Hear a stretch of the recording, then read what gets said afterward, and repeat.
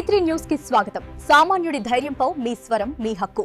నిజాన్ని నిస్సందేహంగా మీ ముందుకు తీసుకువచ్చే మా ఛానల్ D3 న్యూస్. మీ యాంకర్ ప్రియా. ఆంధ్రప్రదేశ్ రాష్ట్రంలో గత 5 ఏళ్లలో ఎంత మాత్రం జరిగింది, ఏం చేసినారనేది వైసీపీ నాయకులు ఫస్ట్ గుర్తు చేసుకోవాలి. 5 ఏళ్లలో అనేక మందిని బీసీలను బడిగి బడిహీన వర్గాలను అదే పనిగా టార్గెట్ చేసి భూ కబ్జాలలో విచ్చలముచ్చినట్లుగా చిత్తూరు జిల్లాలో హార్ట్ అటాక్ వచ్చేసింది.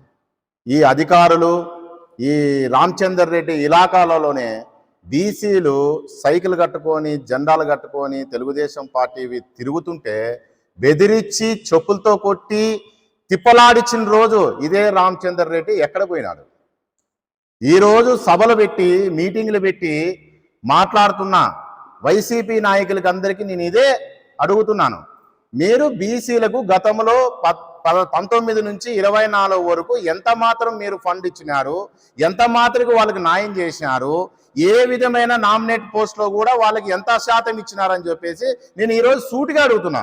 అక్కడ ఉన్న అనంత వెంకటరామరెడ్డికి, పెద్దిరెడ్డి రామచంద్ర రెడ్డికి, శైలజానాథ్ గారికి, అలాగే ఎమ్మెల్సీ అయిన రమేష్ యాదవ్ ఆయనకు కూడా నేను ఇదే సూటిగా అడుగుతున్నాను. గోరంట్ల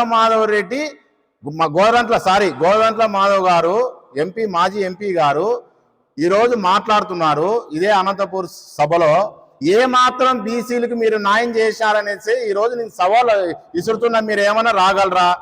డిబేట్కి ఏమైనా రాగలరా? బీసీలకు ఎంత మాత్రం న్యాయం జై జగన్ జై జగన్ అంటున్నారు కదా, బీసీలకు ఎంత మాత్రం న్యాయం చేసినారనేది మీరు ఏమన్నా ప్రెస్ మీట్ పెట్టి మీడియా ద్వారా గుండా చర్చలకు ఏమైనా వస్తారంటే రాండి, బీసీలు మొత్తం ఎవరైనా ఉన్నారంటే వాళ్ళు అని చెప్పేసి ఈ సందర్భంగా నేను తెలియజేస్తున్నాను. అయితే గతంలో 5 ఏళ్ళు మీరు మర్చిపోయినవి ఇంకా ప్రజలు మర్చిపోలేదు. అమర్నాథ్ గౌడ్ని చిన్న పిల్లోడు, 10వ తరగతి పిల్లోడు ఆడపాపని ఏదో అల్లరి చేసినాడని ఆ పిల్లవాడు పోయి అతన్ని మాట్లాడితే నోట్లే గుడ్డబెట్టి పెట్రోల్ పోసి అంటించినప్పుడు ఇదే బీసీ నాయకులు, బీసీ గలమెత్తిన వాళ్ళు ఎక్కడ పోయినారని చెప్పి సూటిగా అడుగుతున్నాను నేను. తోట నందం చంద్రయ్యని కూడా హత్య చేసిన డైరెక్ట్గా నరికి పారేసినారు. చంద్రబాబు డోండో జగన్ జై అనే ఒక వినాదం అనకపోతే డైరెక్ట్గా అప్పుడు బీసీలంతా ఏం చేస్తున్నారని చెప్పేసి ఈరోజు నేను సూటిగా అడుగుతున్నాను. దాదాపుగా నామినేటెడ్ పోస్ట్లో అనేకమైన పదవులు మనకి మిస్ అయిపోయినాయి. 19 నుంచి 24 వరకు 24% తీసుకొచ్చిన ఘనత ఎవరిది?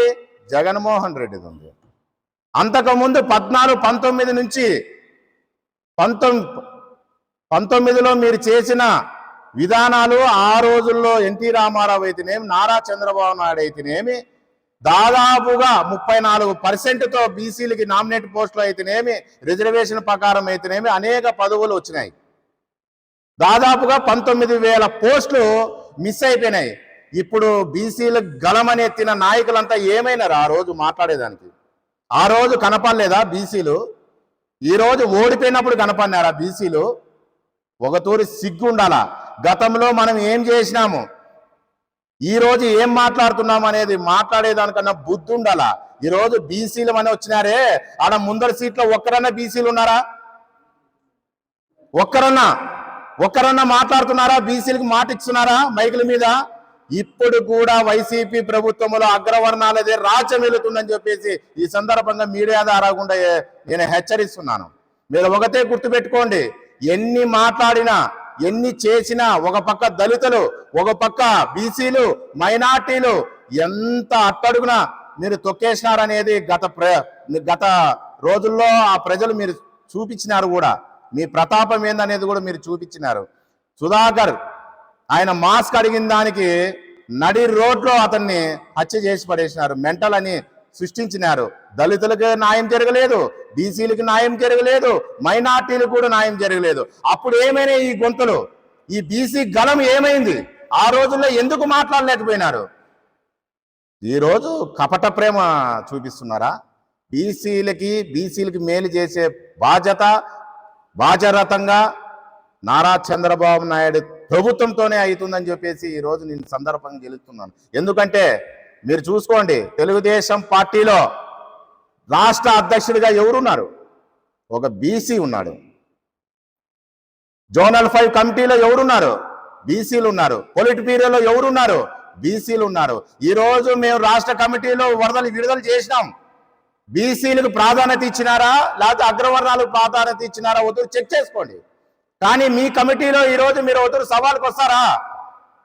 బీసీలకు ఎంత మాత్రం ప్రాధాన్యత ఇచ్చినారా అనేది నేను మాట్లాడుతున్నా. మీరు చెప్పగలరా ఏమాత్రం ఇచ్చినారనేది కూడా?